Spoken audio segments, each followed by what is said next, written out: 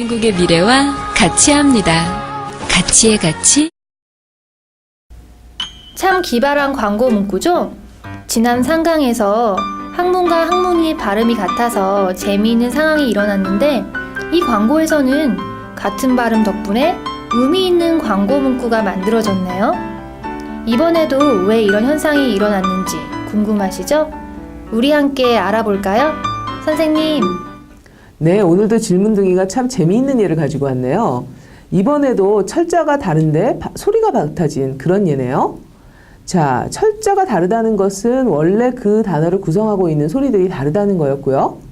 발음이 같아졌다는 것은 그 중에 하나가 그 의문현상이 일어나서 소리가 같아졌다. 이렇게 되는 거죠. 자, 그러면 어느 쪽에서 의문현상이 일어났을까요? 물론이죠.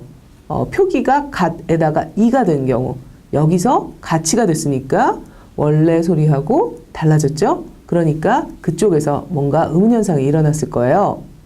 자, 그러면 이 단어에서 어떤 의문현상이 일어났는지, 왜 일어났는지를 알기 위해서 이 단어의 그 형태소 구조, 즉 단어가 어떻게 구성되어 있는지, 형태소들이 어떻게 되어 있는지 한번 봅시다.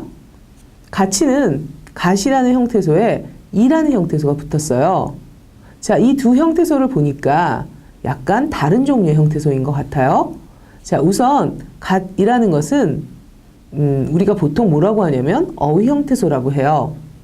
이라는 것은 문법 형태소라고 하는데요. 어휘 형태소, 문법 형태소, 또 문법적인 용어가 나왔네요. 좀 쉽게 설명해 볼게요.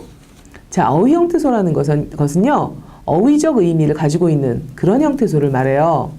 그리고 문법 형태소라는 것은 어휘적 의미는 전혀 없고 문법적 기능을 담당한다든지 문법적 의미만 가지고 있는 이런 형태소를 얘기해요. 자, 그러면 어휘적 의미라는 게 뭘까요? 그렇죠. 어휘적 의미가 머릿속에 그냥 딱 떠오르는 거예요. 같이 했을 때 갓은 같다라는 의미구나 이렇게 머리에 떠오르죠. 그런데 그러면 이게 그 딱 어휘적 의미가 떠오르지 않죠. 이렇게 어휘적 의미가 떠오르지 않는 거, 이것을 문법 형태소다 이렇게 얘기를 한다고 했어요. 자, 이제 다시 가치로 돌아가 볼까요? 가치 같은 경우에는 어휘 형태소와 문법 형태소가 만난 구조를 가지고 있죠. 그 다음에 어휘 형태소와 문법 형태소가 이제 구성이 된 다음에 그 다음에 봐야 할 것은 소리의 환경입니다. 첫 번째 형태소의 끝소리가 트고요. 그 다음에 뒤에 오는 형태소의 앞소리가 이였어요. 이럴 때 일어나는 의문현상이 바로 국외음화 현상입니다. 첫 번째 형태소의 끝소리가 드나 트인 경우, 그리고 뒤에 두 번째 오는 형태소가 문법 형태소이면서, 그러니까 형태소의 종류도 중요해요. 문법 형태소이면서 그 소리가 이로 시작하는 경우, 이런 것들을 우리가 이런 경우에 그 드나 트가 이를 만났을 때 국외음화가 일어나는 현상, 이것을 국외음화 현상이라고 합니다. 그래서 드는 이를 만나서 즈가 되고요. 트는 이를 만나서 츠가 돼요. 이렇게 갓에다가 이가 만났는데 그 트가 이를 만나서 츠가 됐으니까 가치라고 발음되겠죠. 이게 이제 경음화 현상이다라고 얘기를 할 수가 있습니다. 경음화 현상은 그러니까 첫 번째 형태소, 앞에 나와 있는 형태소의 끝소리가 드이거나 트일 경우, 그 다음에 조건이, 두 번째 조건은 후행하는 형태소가 문법 형태소이면서 이로 시작하는 경우, 이럴 때 이제 일어납니다. 아주 규칙적으로 일어나요. 물론 문법적인 정보, 즉 형태론적인 정보가 들어가는 걸 보니까 이 경우도 두 번째 부류의 의문현상에 속하는 거라고 얘기할 수 있겠어요. 네, 이런 현상들이 들어간 단어의 예들을 한번 더 생각해 볼까요? 예, 굳이, 그 다음에 도지, 해도지, 이런 단어들을 생각해 볼 수 있을 거예요. 자, 그러면 이 구조도 잘 들여다보면 굳다에다가 이가 붙었죠. 이는 이로 시작했고 모음 이로 시작하고 있고 또 그 문법 형태소죠. 그리고 굳다의 굳은 첫 번째 형태소는 드로 끝났어요. 그러니까 이 드가 이를 만나서 즈가 됐죠. 그래서 굳이 이렇게 발음이 됐습니다. 네, 가치하고 똑같은 경우라고 얘기할 수 있어요. 문법 형태소는 이렇게 부사, 파생, 접사라든지 이런 것들만 이런 경우에만 일어나는 것은 아니고요. 조사라든지 이렇게 서술격 조사라든지 뭐 일반적인 조사 이런 경우에 조사에서도 일어납니다. 예를 들어서 볕이라는 단어에다가 주격조사 이가 만났다. 그러면 볕이 이렇게 발음하지 않으시죠? 어떻게 발음하시죠? 볕이 이렇게 발음하세요. 역시 마찬가지로 국외음화가 일어나고 있어요. 그 다음에 이제 서술격 조사 이다가 만나는 경우도 역시 마찬가지로 이로 시작하는 조사이니까 문법 형태소이니까 볕이다 이렇게 국외음화가 일어나는 것을 알 수 있습니다. 예, 처음에 반대말은 뭐죠? 그렇죠, 끝이죠. 끝에다가 이가 붙으니까 끝이 이렇게 됐고요. 이다가 붙으면 끝이다 이렇게 되는 이유가 바로 여기에 있습니다. 자, 그러면 이 단어는 어떻게 발음할까요? 밭이라는 것에다가 이랑이 붙었어요. 자, 그러면 이거는 어떻게 발음하죠? 자, 제가 발음해 볼까요? 밭이랑. 자, 이렇게만 발음할 수 있을까요? 밭이랑.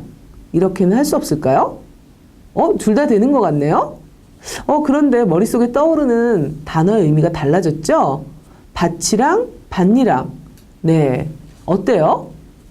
밭이랑 그러니까 밭이랑 논이랑 그러면서 이랑이 조사 같아요.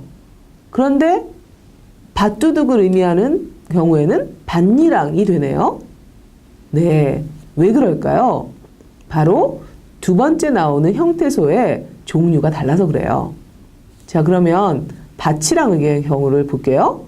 밭에다가 이랑이라는 것도 조사죠. 즉 문법 형태소예요. 문법 형태소의 시작이 이로 시작했어요. 자, 그런데 첫 번째 형태소의 끝이 어떻게 돼 있어요? 트로 끝났죠. 자, 그러니까 트로 끝났고 뒤에 오는 것이 문법 형태소인데 이로 시작하고 있죠. 그러면 어떤 현상이 적용된다고요? 그렇죠. 국외음화 현상이 적용돼요. 그래서 밭이랑 이렇게 된 거예요. 그러니까 사람들은 밭이랑이라는 단어를 들으면 밭이라는 단어에다가 이랑이라는 조사가 붙었구나 이렇게 생각하는 거죠. 자, 그러면 이번에는 밭이랑을 볼게요. 밭이랑은 어때요? 네, 밭이라는 형태소에다가 이랑은 이제 두둑이라는 뜻을 가지고 있는 이랑, 이것이 이제 만났죠. 둘 다 어휘 형태소예요. 어휘 형태소와 어휘 형태소가 만나서 새로운 단어가 만들어졌는데 이런 경우 이제 합성어라고 얘기를 하죠. 두 개의 어근이 이제 만나서 만들어지는 것을 합성어라고 하는데요. 자, 이렇게 합성어가 만들어진 경우에요. 이런 경우에는 두 번째 형태소가 어휘 형태소지 문법 형태소가 아니기 때문에 국외음화가 일어날 조건이 아니죠. 그러니까 국외음화가 일어나지 않습니다. 자, 그런데 밭하고 이랑이 만났는데 왜 밭이랑이 안 되고 밭이랑이 됐을까요? 어때요? 느가 들어가고 있다는 걸 알 수 있어요. 없던 느가 들어갔네요. 그래서 밭에다가 느가 들어가고 이랑이 온 그런 경우가 돼요. 자, 그러면 왜 첫 번째 트는 자음 트는 느가 됐나요? 밭이랑이지 밭이랑이 아니죠. 밭이랑이 아니죠. 왜 트가 느가 됐을까요? 네, 그렇죠. 세 번째 강의에서 공부했던 거 기억나시죠? 네, 한국어에서는 장애음과 공명음의 연세를 허용할 수 없다. 그래서 트가 오고 느가 오는 경우에는 뒤에 오는 느에 의해서 트가 느로 바뀐다. 그런 거 이제 공부했던 거 기억나실 거예요. 이게 바로 그 장애음의 비음화 현상이다. 이렇게 공부했었어요. 이 경우에도 장애음의 비음화 현상이 일어나서 느가 첨가된 다음에 트가 느로 바뀌어서 그 다음에 느가 들어갔으니까 니랑 이렇게 해서 반니랑이 되죠. 자, 그러니까 이 경우에는 느첨가 현상이 일어났다 얘기할 수 있을 거예요. 자, 그러면 앞에서 우리가 7번째 강의에서 느첨가 말고 드첨가를 공부했는데 그러니까 한국어에는 드첨가도 있고 느첨가도 있구나 이런 것들을 알 수 있어요. 자, 그러면 언제 느첨가 현상이 일어날까요? 드첨가 현상이 언제 일어나는지에 대해서는 공부했었죠? 자, 이번에는 그러면 느첨가 현상이 언제 일어나는지 잘 관찰해 봅시다. 앞에서 공부했던 드첨가 현상은 느첨가 현상과 마찬가지로 드첨가 현상도 그렇고 느첨가 현상도 그렇고 둘 다 형태론적인 정보가 들어가야지 의문현상이 일어나는 그런 경우예요. 형태론적인 정보가 중요한 의문현상 두 번째 부류의 의문 현상이었죠. 이것은 공통점이에요. 그러나 드첨가 현상과 느첨가 현상은 크게 두 가지 면에서 굉장히 다른 그런 측면을 가지고 있어요. 우선 첫 번째는요. 드첨가 현상은 합성어, 그 중에서도 종속합성어에서만 일어난다라는 그런 특징을 가지고 있었죠. 그러나 느첨가 현상은 합성어에서만 일어나지는 않아요. 파생어에서도 일어나고요. 보조사 요가 붙었을 때도 일어납니다. 그러니까 형태론적인 정보에 대한 차이가 있죠. 두 번째 그 차이는요. 중요한 차이는 그 의문론적인 조건이 들어가느냐 들어가지 않느냐예요. 드첨가 현상의 경우에는 특별한 어떤 조건이 있지는 않았어요. 형태론적인 조건이 굉장히 중요하고 그것만 이제 존재를 했다 이렇게 얘기할 수 있지만 느첨가 현상 같은 경우에는 의문론적인 조건도 갖추어져야 합니다. 어떤 거냐면요. 첫 번째 형태소의 끝이 자음으로 끝나야 된다는 것이고요. 두 번째 형태소의 시작이 이나 이화름으로 시작해야 된다는 것이에요. 이나 이화름. 자, 이화름이 들어가 있는 어떤 모음들, 어떤 게 있죠? 이중모음, 야, 여, 요, 유, 예. 뭐 이런 것들이 있죠. 이런 등등이 이제 두 번째 형태소의 시작에 소리여야 한다. 그런 조건입니다. 자, 그런 정보를 가지고 한번 밭두둑으로 돌아가 볼게요. 밭두둑을 의미한 밭니랑이요. 자, 밭두둑을 의미한 밭니랑은요. 첫 번째 형태소가 밭, 그 다음에 두 번째 형태소가 이랑이죠. 자, 첫 번째 형태소의 끝이 어때요? 트로 끝났죠. 자음으로 끝나고 있어요. 두 번째 형태소의 시작은요. 이로 시작하고 있죠. 자, 이렇게 되니까 어떤 조건이 돼요? 앞에 형태소의 그 끝이 자음으로 끝났고 뒤에 형태소의 시작이 이나 이화름으로 시작하면 느첨가의 어떤 조건이 된다고 했으니까 이 조건을 갖추고 있네요. 그래서 느가 들어가는 거예요. 자, 그럼 느가 들어가면 어떻게 되죠? 트하고 느가 들어가고 난 다음에 이가 만나죠. 자, 근데 트하고 느는 어때요? 역시 연수할 수 없는 소리죠. 장애음의 비음화 현상이 일어나야 돼요. 느에 의해서 영향을 받아서 트는 느가 되겠죠.